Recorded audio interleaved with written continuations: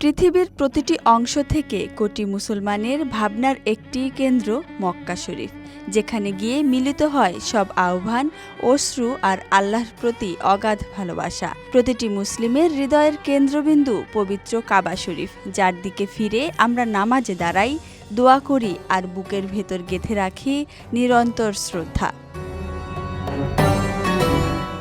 সেই কাবা শরীফকে প্রতি বছর একবার ধোয়া হয়, শুধু পরিষ্কার করার জন্য নয়, বরং ইতিহাস, ঈমান আর রাসূল সাল্লাল্লাহু আলাইহি সাল্লামের সুন্নাহর ধারাবাহিকতা রক্ষার জন্য। এই বছর হিজরি 15ই মুহররম বৃহস্পতিবারের ভোরবেলায় সৌদি কর্তৃপক্ষ পালন করল সেই ঐতিহ্যবাহী গুসল-এ-কাবা।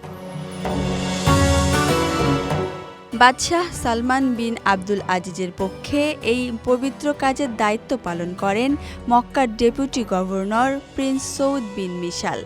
এই আয়োজনে অংশ নেন বিভিন্ন দেশের ইসলামিক কূটনৈতিক প্রতিনিধি এবং উচ্চপদস্থ কর্মকর্তারা। ধোয়ার সময় ব্যবহার করা হয় জমজমের পানি, বিশুদ্ধ গোলাপ জল, মনোমুগ্ধকর আতর এবং সুগন্ধি ধূপ। কাবার গায়ে মাখিয়ে দেওয়া হয় এসব পবিত্র তরল, যেখানে প্রতিটি ছোঁয়া যেন ঈমানের ছোঁয়া। পবিত্র আচার শেষে পুনরায় শুরু হয় তাওয়াফ, মুসলমানদের হৃদয় স্পন্দনের মতো একটি অবিরাম আবর্তন। মুহূর্তটা যেন সময়কে থামিয়ে দেয়, শুধু কান্না, দোয়া আর ভালোবাসায় ভরা এক নিঃশব্দ আহ্বান।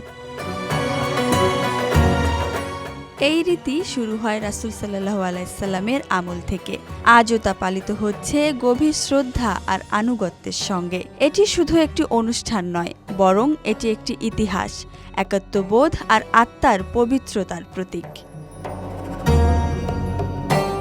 পবিত্র কাবা শুধু ইট পাথরের কাঠামো নয়, এটি আমাদের ঈমানের দিক নির্দেশনা, আমাদের হৃদয়ের মেহরাব। কাবা শরীফের এই ঐতিহ্যবাহী গুসল-এ-কাবা আমাদের স্মরণ করিয়ে দেয়, বিশুদ্ধতা কেবল বাহ্যিক নয়, বরং অভ্যন্তরীণ আত্মারও প্রয়োজন।